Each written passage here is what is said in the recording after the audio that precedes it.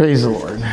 So I'm going to continue today in what I had called Hanukah Reboot 7.0, and I'm going to be doing the last portion on the 6-day war to tie up some loose ends and get us to the next place.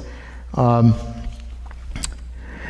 want to preface what I talk about, and whenever I'm talking about these things, that all these things are due to God's miracles, right? We have to be very careful about taking credit for what we do, and that knowing that it is the Lord that goes before us, it is the Lord that is Israel's protector, and that ultimately He is the one that fights their battles. And yes, He expects us to partner, and which Israel has done in ancient times, but also in these modern times that we've been covering from the War of Independence on. But just remember that anything, right, that is good is the product of God, and particularly with Israel, that is God that is the victor. Amen. And we have to keep that in perspective. If we're not, then we'll lose perspective, and we'll start holding our own power and our own might and giving ourselves credit. Avinu Malkeinu, our Father, King, Lord, I pray that the meditations of my heart and the words of my mouth, Lord, would only be of you, Lord, that reviewing the modern history of Israel will help us remind us that your word is alive, that your spirit is alive, that you are alive, and that you are involved in all things, Lord, and all the glory is yours. And I pray this in Yeshua's mighty name. Amen. So I've got some videos and some PowerPoints, so we can put the first PowerPoint up. So I wish they would show it bigger, but what this is kind of the advances. This is when Israel really takes on, and so the red up top is Israel advances into the Sinai and into all these enclaves, but on day 5, but the orange is day 6. So if you can see, this is unbelievably fast in the conquest of the Sinai, and also taking the Egyptian armies and defeating them, capturing them, sending them on the run. The green arrows, which are a little harder to see, that's Israel's advance on June 8th. So we can see in 3.5 days how Israel reaches the Gulf of Suez in 3 days. And it's amazing when you think about what they had in the equipment differences, for one. So a lot of it is the mercy of God, the miracle of God, and strategy, and the wisdom and discernment that the Israeli military uses to overtake the Egyptians. You can see a lot of striped lines, and it's hard to see there, but you can see all that area. That is where all the Egyptian infantry divisions were, and the Egyptian armored divisions were, that Israel took. In 3.5 days, they took all of that, all of the armor that was, and the infantry that was in the Sinai desert. God takes. That's a miracle. I mean, it's a bona fide miracle that has never been duplicated, right? Although there's a close to it when we get to the 73 war, but. So while this is all going on, so the IDF units were fighting the Egyptians, and also the Jordanians. So there's not just one front, right? So they're also fighting the Jordanians, which I talked about last time. If you're not familiar, I suggest you go back to those earlier messages so you can put some of this in continuity. But not only were they fighting them, but all the concentration of Israel was in the Sinai, much of it. So they left only a handful of soldiers to fight and protect the north, fighting Syria, which is what most of you have heard of, the Golan Heights, which originally was part of Syria, and Israel was about to capture the Golan Heights. It's the high ground. But it was not until the Jordanians and the Egyptians that were subdued that they could start focusing their attention to the north, Syria and the Golan Heights. And so they have really three battles going on, three war fronts, right? In the Sinai, in Jordan, and now in the north in Syria. So Israel is fighting three separate major battles all at the same time, and being very efficient with the supplies that they have and the forces that they have. And Syria had really fortified the Golan Heights. So we're talking about the time the Golan Heights were not in Israel's hand, and Israel's fighting an uphill battle to take that high ground. And they were doing it with very few men and very few tanks. And so as soon as they get this victory in the Sinai Desert and subdue the Jordanians, then they start moving their military machine up north. But it was very difficult because the Syrians had really well defended. Hundreds of thousands of men, Syrians, and also armament, particularly tanks, that were holding that high ground. So Israel starts by bombarding the Golan Heights. And in 2 days of heavy air bombardment, Israel's forces, they break the Syrian lines by air bombardments. And just after 6 days after that, the Israeli forces, so they bomb it and then they go to rush it. And not only do they take the Golan Heights, they get within 60 miles of Damascus. And they get within about 45 miles of Amman. And they made a choice. They crossed the Suez because they wanted to threaten Cairo. Israel could have taken all of those the capitals of all three of the aggressors, and ultimately decided not to do it for several reasons. One was, if they captured it, what are they going to do with it? Right? If you control the capitals of these three nations, then what are you going to do? Is it worth it to try and hold them even though you can take them? But of course you can imagine, right, the outcry of the world, right? What's going on. So they get their principal objectives by capturing the Sinai and the Golan Heights, right? And so now they have to decide what they're going to do, if they're going to go further, take these nations totally, or what. And so this is where, politics, there's always politics.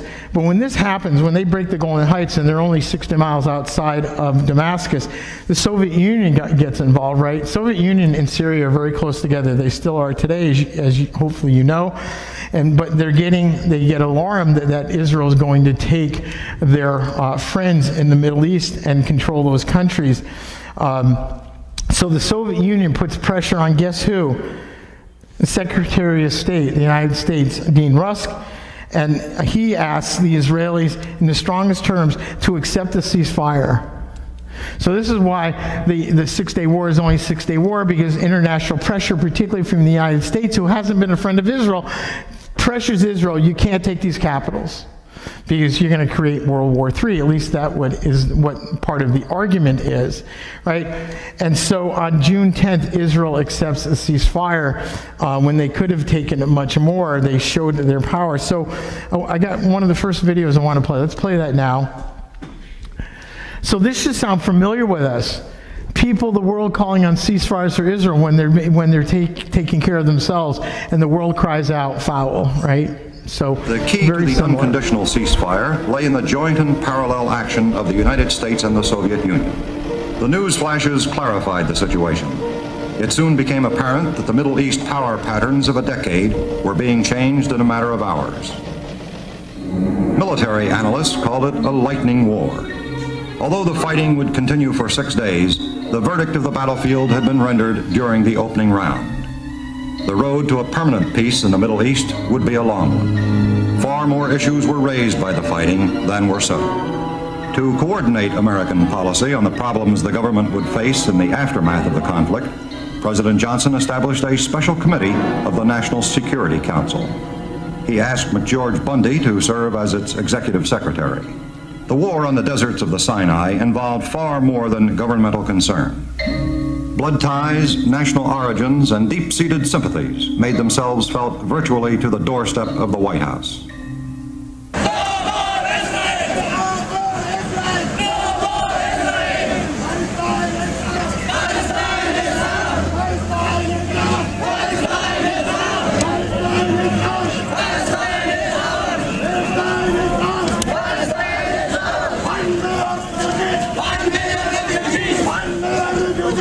By the 8th of June, only the Arab state of Jordan had agreed to accept the ceasefire resolution. At the very moment that President Johnson was drafting a statement on the current situation to Senator Mike Mansfield, word was passed to the White House and the nation alike that Egypt too had agreed to the ceasefire.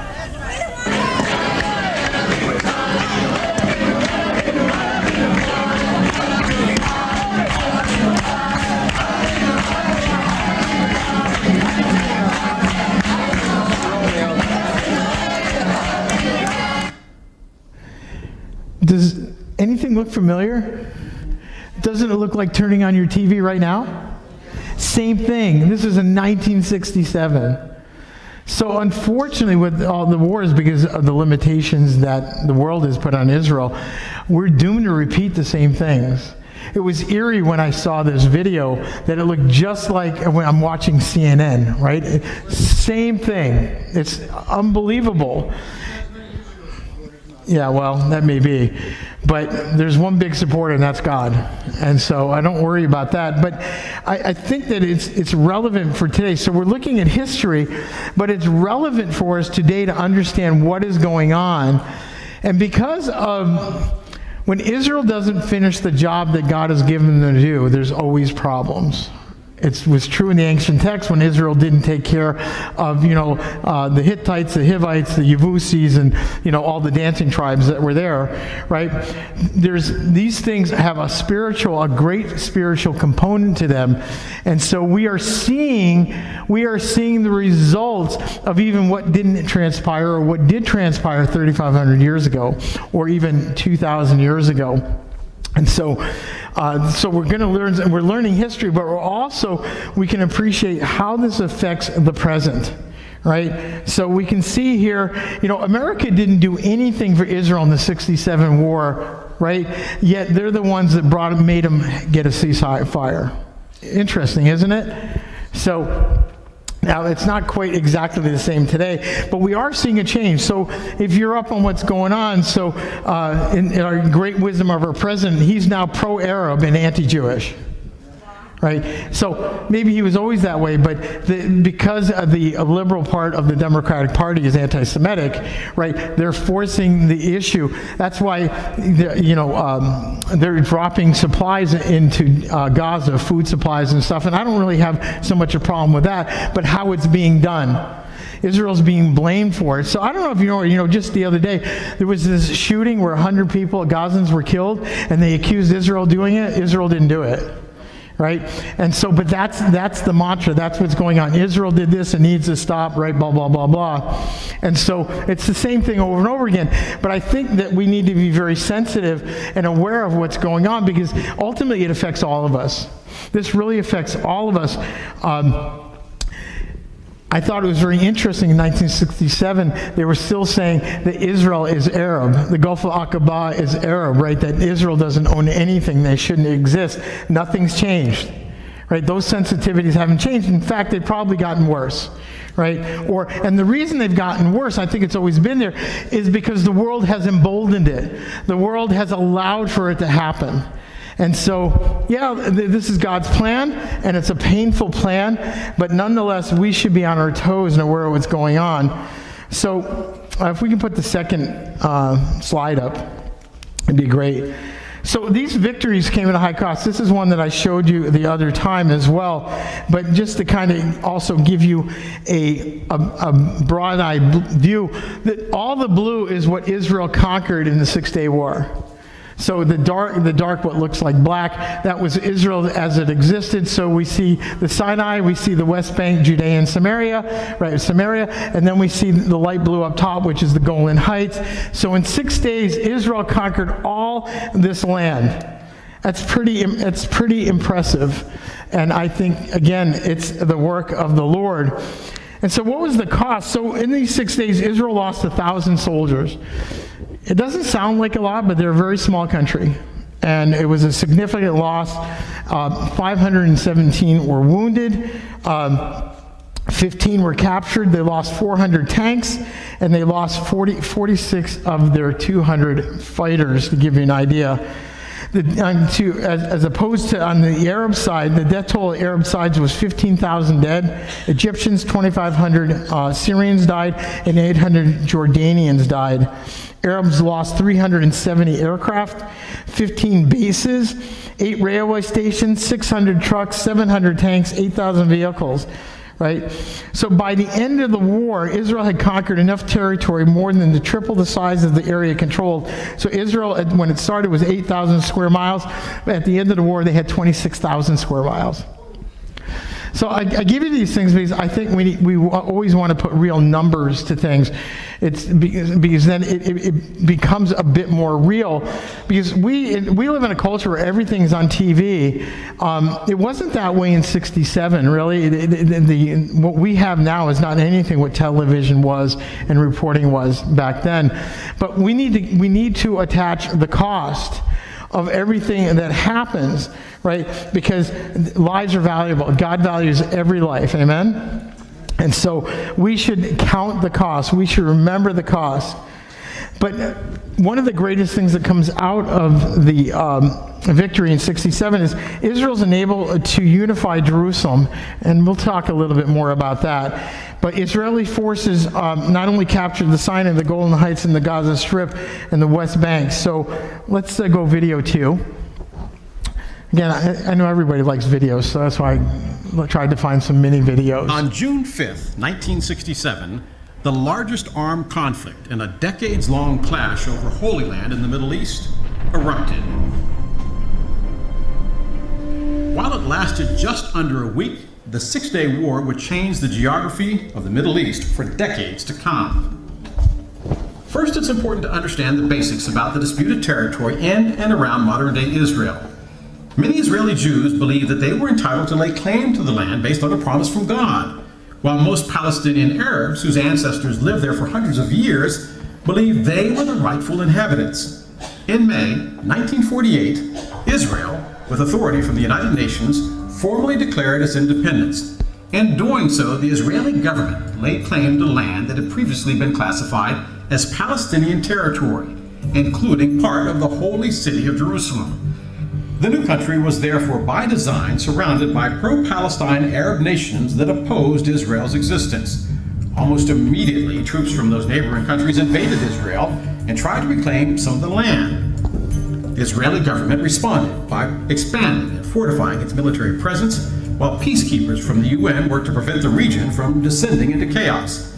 Over the next 2 decades, tensions continued to simmer in the region as Israeli and Palestinian forces clashed, sometimes violently over trade routes, global political alliances, and their continued dispute over Jerusalem. In the spring of 1967, Egyptian President Gamal Abdel Nasser mobilized troops in the Sinai Peninsula, requested the removal of United Nations peacekeeping personnel, and blocked Israeli ships from passing through the Straits of Tiran, moves designed to further disrupt Israel's safety and economic stability in hopes of eliminating the country and reclaiming its land. By mid-May, Egypt and Syria had formalized an alliance along with Jordan and Iraq soon after. The countries began to increase their military presence along their shared borders with Israel. Viewing these actions as antagonistic, the Israeli government decided to move swiftly and act offensively. The timeline went like this. On June 5th, the Israeli military launched simultaneous preemptive attacks. The first strike strategy was a resounding success, as Israel's air assaults decimated the Egyptian and Syrian air forces before their planes had even left the tarmac. Jordan's government then entered the fight by starting combat operations in West Jerusalem, where they faced and were quickly overmatched by Israeli defensive counterattacks. With the Arab alliance's air forces incapacitated, Israel was left with advantages on the ground, allowing their troops to expand in multiple directions across the region, overpowering their Arab foes and expanding Israeli territory. By June 7th, the United Nations Security Council called for a ceasefire. The Jordanian leadership accepted immediately, and a significantly weakened Egyptian government did the same on June 8th. The Syrian military retreated from the disputed territory of Golan Heights on June 10th, and the ceasefire took effect for all parties involved the following day, thereby ending the war. More than 10,000 members of the pro-Palestine Arab Alliance were killed. Hundreds of thousands of refugees from the captured territories were immediately placed under Israeli rule. Nearly 800 Israeli troops were also killed. Prior to the Six-Day War, Israel spanned 7,200 square miles, roughly the size of New Jersey, and its population was less than 2% of the entire Middle East. As a result of their overwhelming victory, Israel more than doubled its territory by claiming the Gaza Strip and Sinai Peninsula from Egypt, the Golan Heights from Syria, and the West Bank from Jordan, including East Jerusalem. The war may have only lasted 6 days, but its impact redrew the map of the Middle East. So I use that as a kind of a review for those that didn't see, but also reinforce those that have been following the message. And we see a lot of dynamics going on there, and particularly about Jerusalem. So Israel recaptures eastern Jerusalem, but one of the major issues, the wars keep going. What happens? Moshe Dayan gives control of eastern Jerusalem back to the Arabs, to the Jordanians, right? Which is going to come up, which is going to be a major issue that we'll cover a little later. But a lot of things that were given back, and so as you may be aware, so much of Samaria has been given back through peace initiatives, though there are settlers that are in disputed areas, or however you want to look at it, that are dotted all over Samaria, the West Bank. So much of that territory was given back, and of course in 2006, the Gaza Strip was also given back, right, by Israel. And again, I'm getting a little ahead of myself, but I think it's helpful that we realize these wars that Israel's fought to get in a position of strength ultimately creates positions of weakness for them as well in political decisions that they've made that kind of counter what God is doing. I think, if we go back, 3,000 years, if Israel had done what God had commanded them, we wouldn't be facing what we face today. Yet, that's what it is. It's what we have. God knew it would happen. It's why he planned a Redeemer. Amen? And so we need to kind of take this all in and understand, look, here's the issue. If you're with Israel, you're with God. If you're against Israel, you're not with God. This is not an issue of trying to validate the political decisions that Israel makes or doesn't make, because they're just like every other nation. They make lots of mistakes in their politics and however. But for us, the spiritual component has to drive us. And we have to see beyond what we see in the natural and see in the supernatural and see what God's doing. What did God exactly design for the 6-day war? I'm not exactly sure. And I think ultimately he knew that Israel would fall to the pressure of the world, and we would still have to deal with the problems. So ideally, or what reality is, what we're dealing with in the 67 war, anything else we discuss, is still dealing with the problems of what Israel didn't follow through on thousands of years ago. They're all interconnected.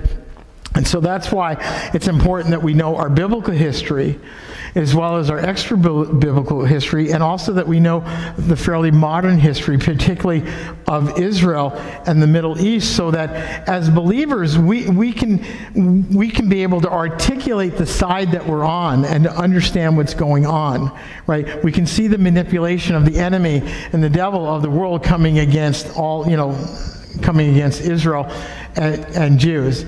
There was a time where, and it's less now, but particularly in America, American Jews felt that they were separate from Israel. Many Jews are critical of Israel, right, even now, and that they separate themselves. But the reality is, within the spirit realm, God hates all Jews, and he hates all the things of God, and he's going to take it all, right? The devil's looking to kill, destroy everybody, and that includes believers. So really talking about not just Jews, because the enemy wants to kill Jews whether they believe or not. Right? Why? Because Jews can always come to faith, right? Anybody can come to faith. And so, but the problem is you can't say, well, I'm not Jewish. This has nothing to do with me. The problem is if you're a believer, it has everything to do with you. right? We're joined at the hip whether we like it or not, right? It's one of those kinds of things. You know, you may not like your brother or your sister, but they're still your brother and sister, right? No matter what you do. Anyway, that's a whole nother story for myself personally. But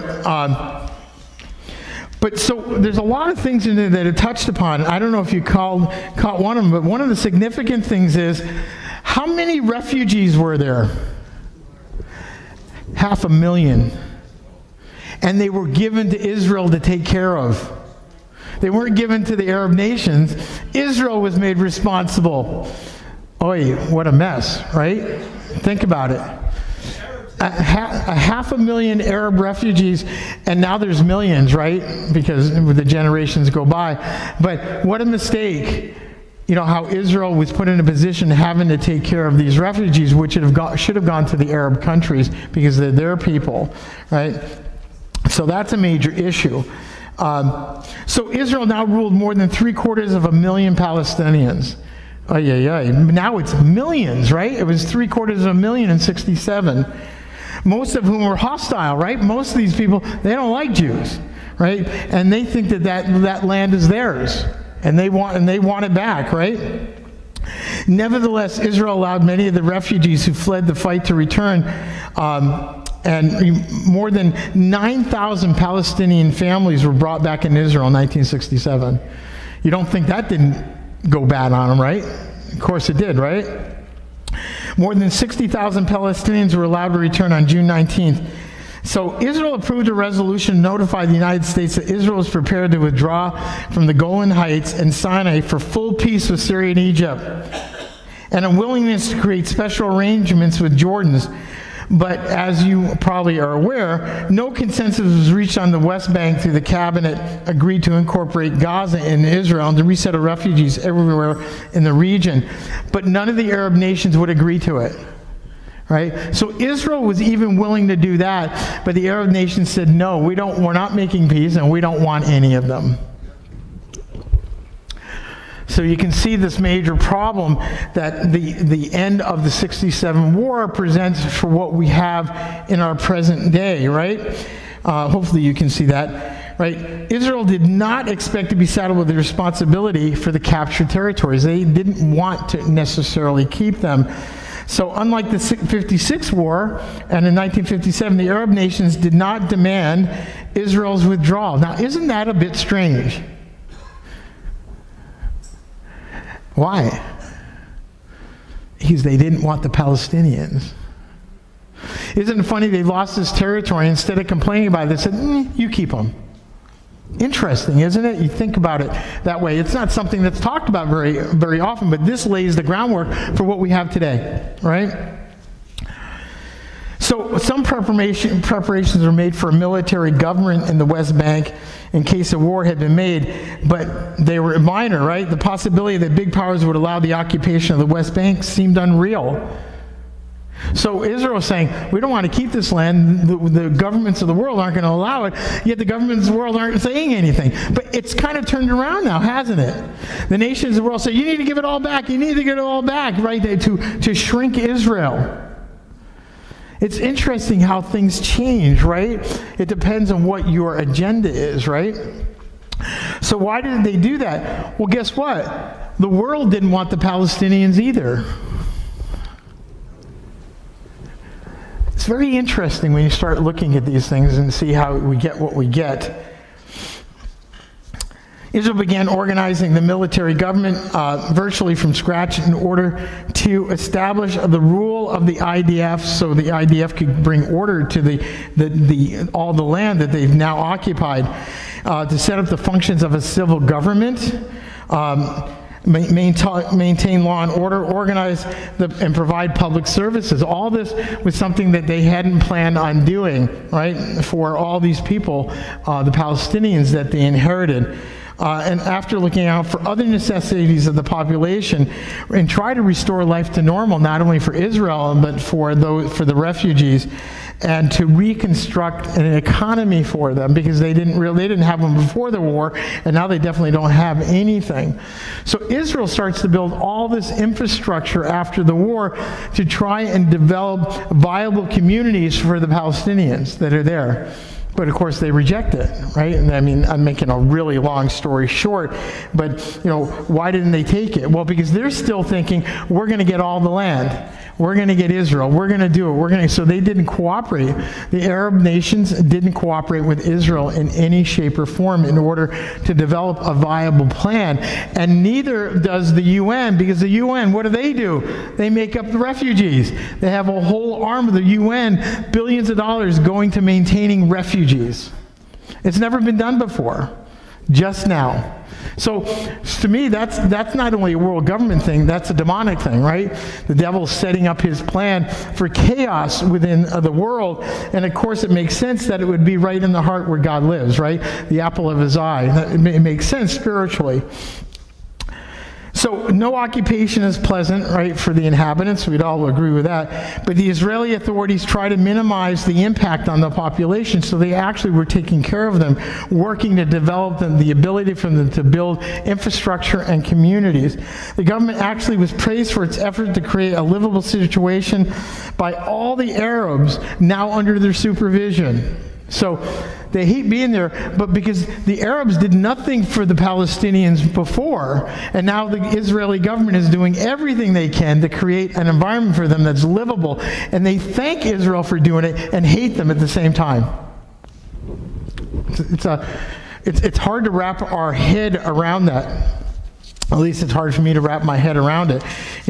It's how, when people lie to you all the time, right? I always, I call it the bobblehead syndrome. You talk to people and they're agreeing with you, they're doing this, but inside they're going, nope, absolutely not.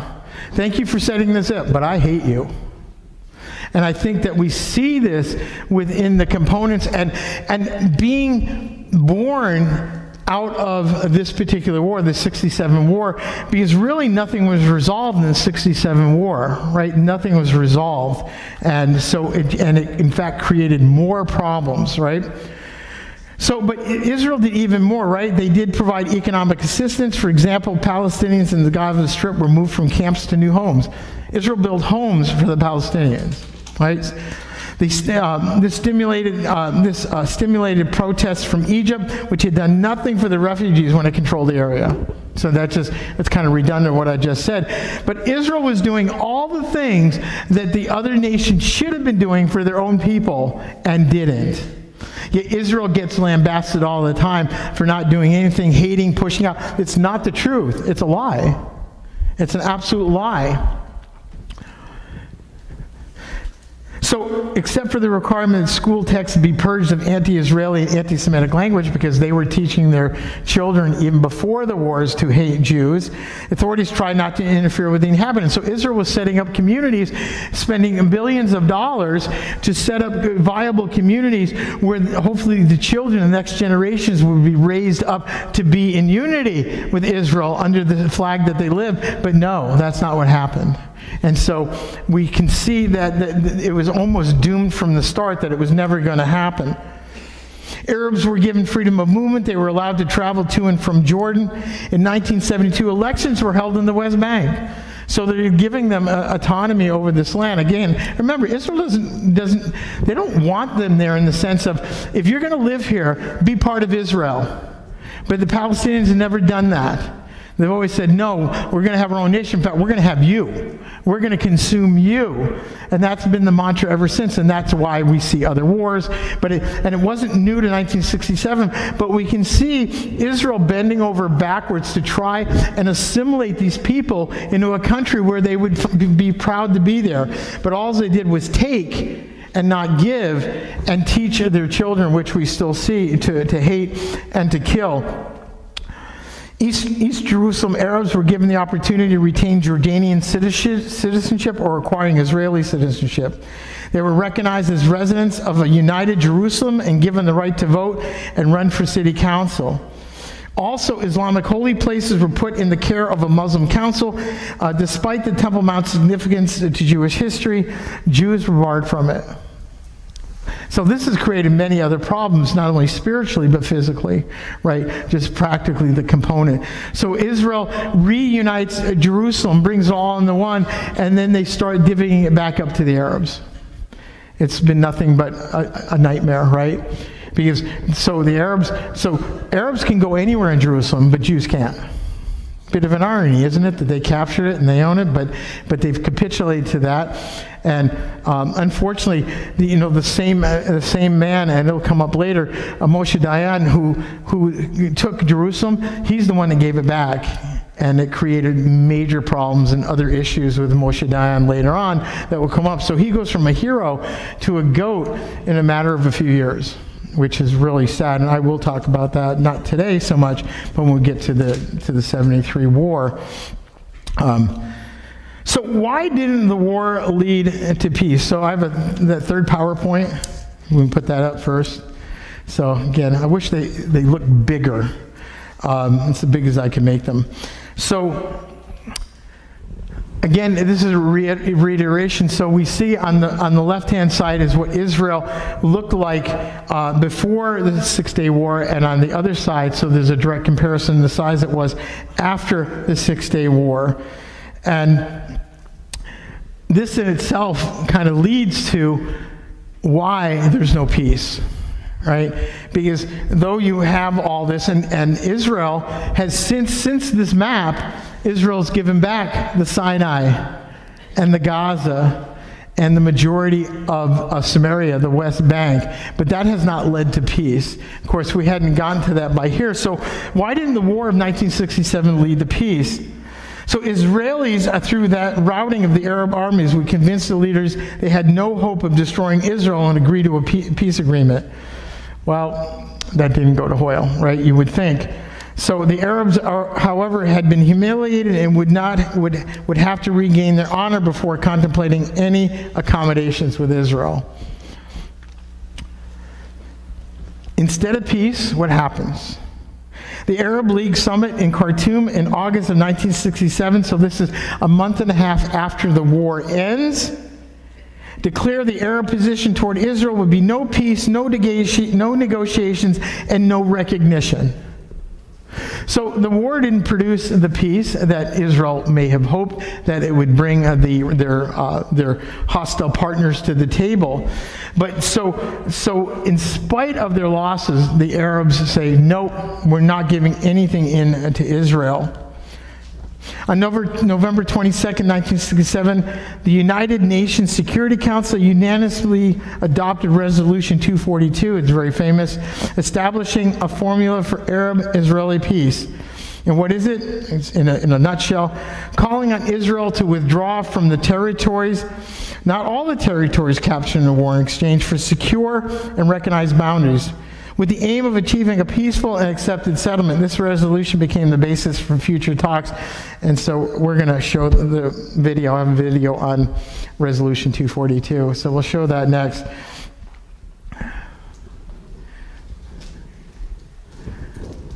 Monday marks the 50th anniversary of the beginning of the June 1967 Six-Day War, fought between Israel and several neighboring Arab nations. The swift Israeli victory was total, but no one knew at the time, and in the war's aftermath, that many of the dividing lines struck would define relations in the region for the ensuing 50 years. Former NewsHour correspondent Terrence Smith reported on the war then for the New York Times, and he remembers those historic days for us now.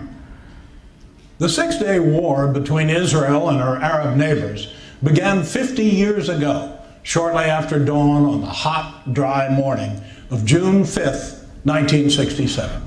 In the course of 6 frantic days, Israel decimated the armies and air forces of Egypt, Jordan, and Syria, and redrew the map of the Middle East. The war created a stalemate between Israel and the Palestinians in Jerusalem and the West Bank that persists to this day. It's the same standoff that confronted President Trump on his recent visit. I covered the battle for Jerusalem and the West Bank as an incredibly green, inexperienced correspondent for the New York Times. I had arrived in Israel just 10 days before on my first foreign assignment for the paper, and I knew nothing.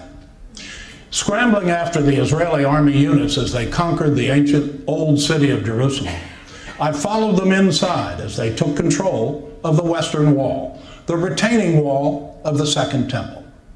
Suddenly, the troops were face to face with the holiest site in Judaism. Israelis had not been able to visit or pray at the wall since 1948. It was quite a moment. I covered the Israeli units as they swept through the West Bank, driving Jordan's Arab Legion from Bethlehem down to Jericho and to the banks of the Jordan River. Burned out Jordanian tanks and armored personnel carriers littered the highway. Where the troops stopped then is the armistice line today. The fighting in Jerusalem and on the West Bank had been fierce with heavy casualties, but it was largely over in 96 hours. Israelis and Palestinians alike were stunned. Suddenly, two peoples who had been separated by the so-called Green Line for 19 years confronted each other. Both sides were curious about the other. As soon as they could, ordinary Israelis poured into the walled old city.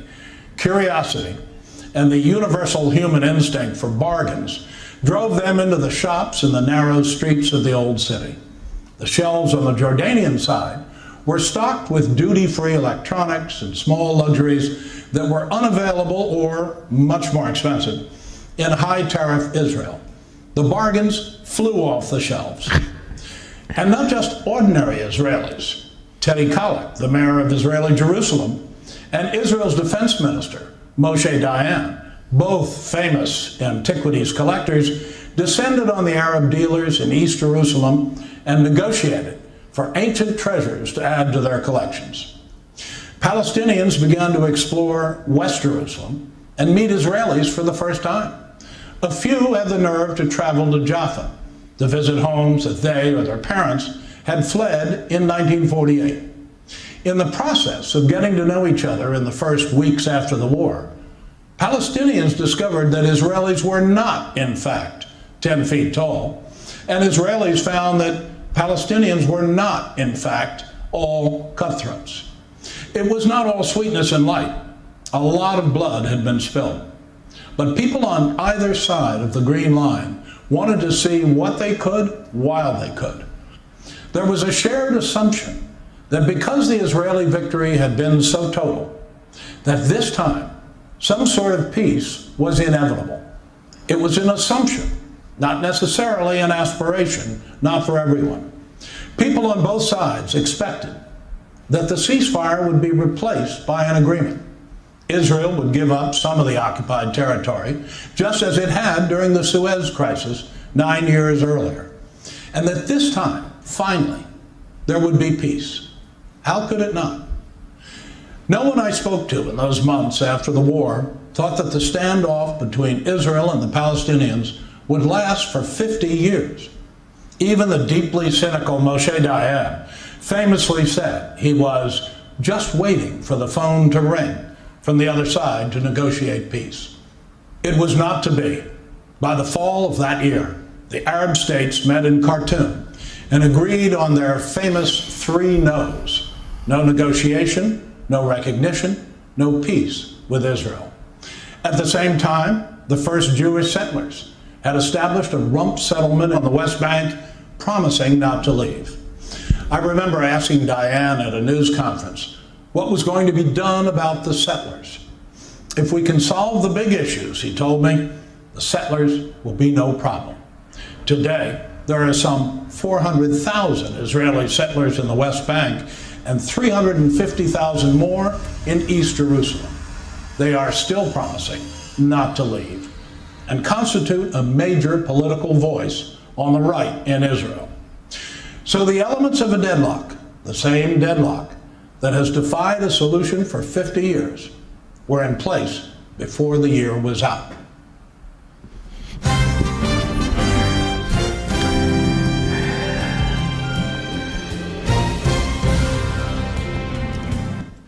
How frustrating is that, right?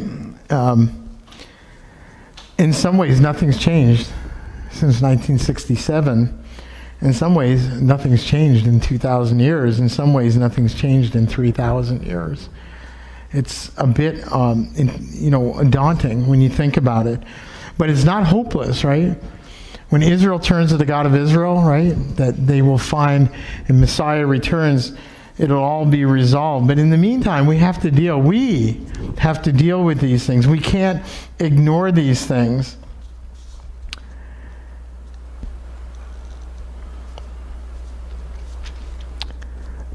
So what do the Arab nations do? So they said no, no, no. But right soon after the war, the Egyptians really started shelling the Suez Canal again, so Israel couldn't have access to it. But in Egypt, Gamaliel Nasser, he believed that Israel, right, would not be able to withstand a lengthy war of attrition. They could just keep putting the pressure on Israel, that they would be able to win the long run. And of course, we kind of see the same thing, even though there's a peace between Egypt and Israel, and there is a peace between Jordan and Israel. It's really a war of attrition. So, and particularly the Palestinians say it's a war of attrition. We can wait them out. And of course, they see this whole thing that's going on with Gaza now as their opportunity. The world's on Gaza's side, right? Which means they're on the side of the enemy, right? So they see victory. So within the political world and the television world, Hamas has won the battle, right, so far. They're winning. They're winning the hearts of people. So people, it's people for Palestine. You can't separate Palestine from the murderers of Palestine, right? And so it's a difficult position that we find ourselves, and it's going to affect this election. As some of you that follow politics, this divisiveness between those that support Hamas and those support Israel is going to affect the election in some way. I don't know exactly how it's going to affect it, but it's going to affect it. It's already affecting many things. And the kind of thing that we're noticing now, or you should be noticing, or at least you need to be aware of that's coming, right? That has developed this virulent anti-Semitism in the world. And it's not only against Jews, but believers. The attack is on the church. I don't know if you're all aware of it, but the attack's on the church too. Anything that's connected to God and the people of God, it's all a game, right? They're going after everybody. And so, I think a lot of the people that are hating don't even know what to hate. But it's still something we have to deal with. We need to be able to present the truth. We need to be able to defend the truth, though they may not listen. And that's a difficult thing to do. We can't hide. Right, we can't hide. We are connected to all these things, whether it's the 67 war or anything else that we're talking about. The things of God, we're all connected.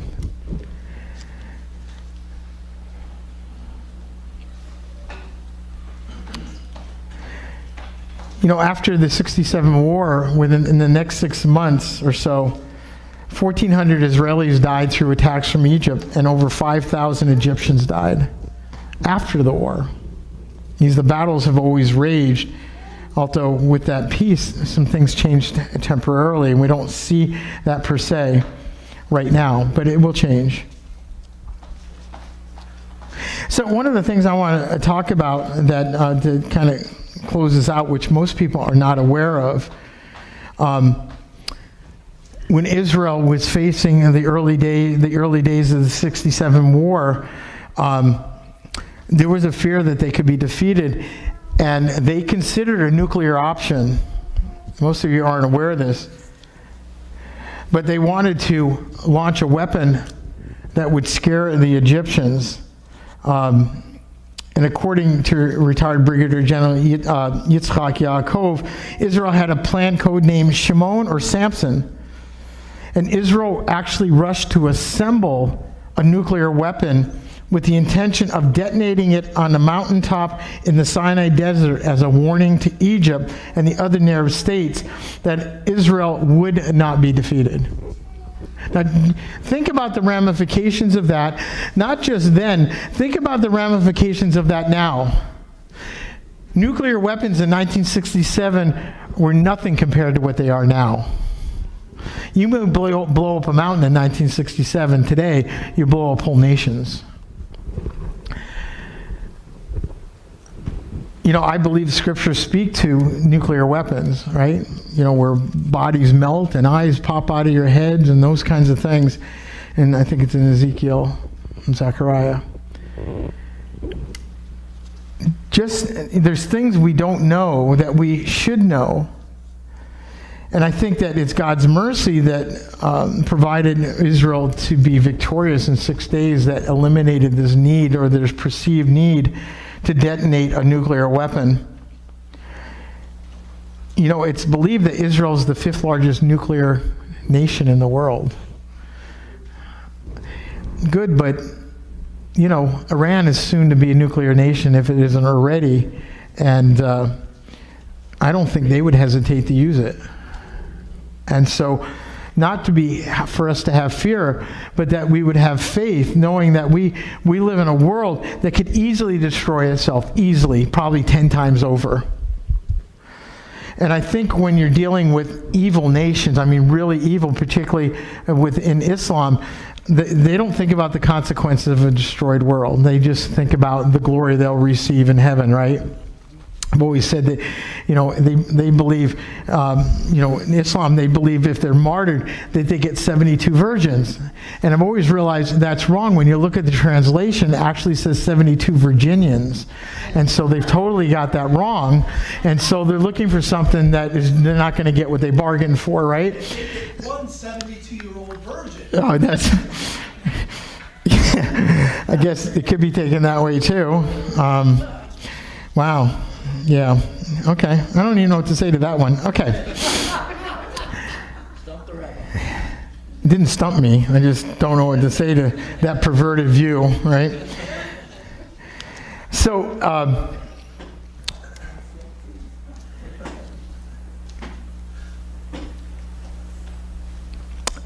Yitzchak Yaakov said something. I wanted to quote him, and I think this is true today, and I think that in our own country and other countries, we should believe what people say that are in power in general. If the Soviet Union says they're going to conquer Europe, believe it. That's their intention.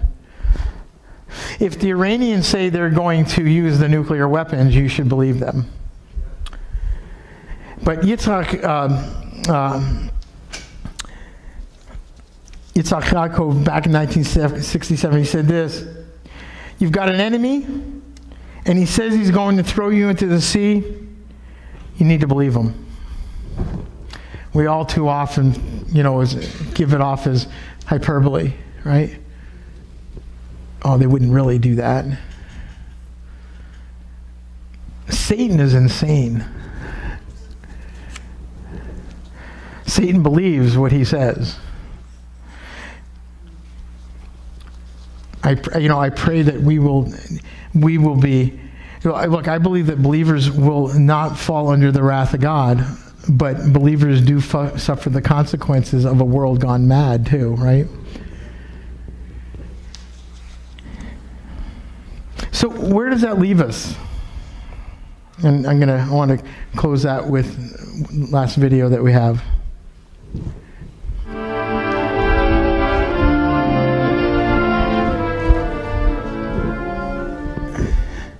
On November 22nd, 1967, the United Nations Can you hit the lights? unanimously adopted Resolution 242, establishing the principles that were to guide the negotiations in the Arab-Israeli peace settlement.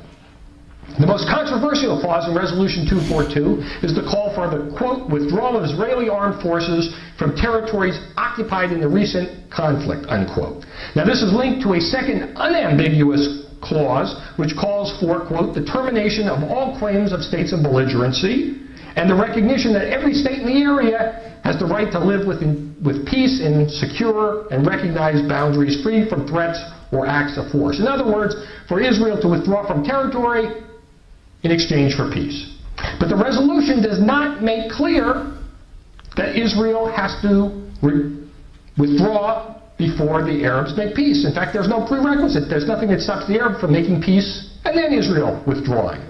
And more importantly, it doesn't specify how much territory Israel must withdraw from in order to satisfy the resolution. The Security Council did not say that Israel has to withdraw from all the territories, just territories. And this was very deliberate. The Soviet delegate and the Arab delegates also wanted the resolution to specifically require Israel to withdraw from all the territories, but they didn't do that. The UN recognized that Israel had to keep some of the territory in order to maintain its security, to have the secure and defensible borders mentioned in the other clause, because clearly those borders had been indefensible in 1967. And the fact that they did exclude the words all the meant that part of these territories were meant to remain in Israeli hands. And this literal interpretation without the implied word all was repeatedly declared to be the correct one by all those who were involved in drafting the resolution. On October 29, 1969, for example, the British Foreign Secretary told the House of Commons that the withdrawal envisaged by the resolution would not be from all the territories. When asked to explain the British position, Lord Carradine said it would have been wrong to demand that Israel return to its positions of June 4, 1967, because those positions were undesirable and artificial.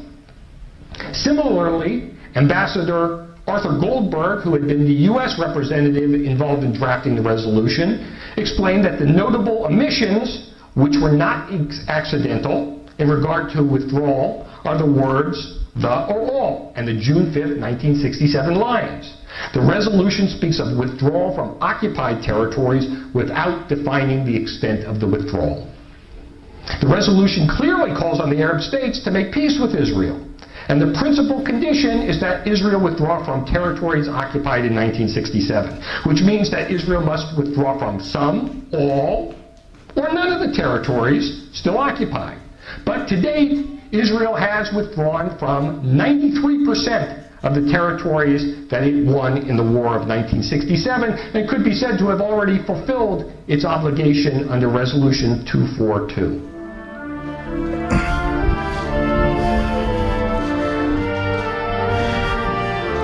Hopefully that made it a little clearer, right? So Israel has already given up land for peace, and they've received nothing in return. So again, I say, where does that leave us? And how I go is, and what I've already said, is that this war never solved anything. And it's only a matter of time. In fact, only 6 years later that the Yom Kippur begins, and at some point I will pick up to share some history on that. Let's pray. Avinu Malkeinu, our Father, our King, Lord, I pray that you would cover Israel, Lord, and that Israel would turn their eyes and their hearts to you, O God. Lord, I pray that even Israel's enemies would come to know you, would lay down their arms, would bend their knees, and worship the God of Israel. And that we would see the prophetic of Ezekiel, seeing that not only Israel is reborn, but that the nations will come up to Jerusalem and will grab on to the fringes of the Jew and worship the God of Israel. Because, Lord, that is ultimately the only plan that works, that will bring this warfare, this hatred, this destruction to an end. The irony is that this world will be totally destroyed and a new heavens and earth brought in its place to solve the age-old problem of sin and the evil that lurks in the hearts of men. Lord, give us strength through these days and the weeks and the months and the years ahead, whatever you have planned for us, even in the midst of our own country that is in turmoil and upheaval and has turned its back on you, O God. May we find our protection and our peace in you, O God. And may you always get all the glory and all the victory in Yeshua's name. Amen.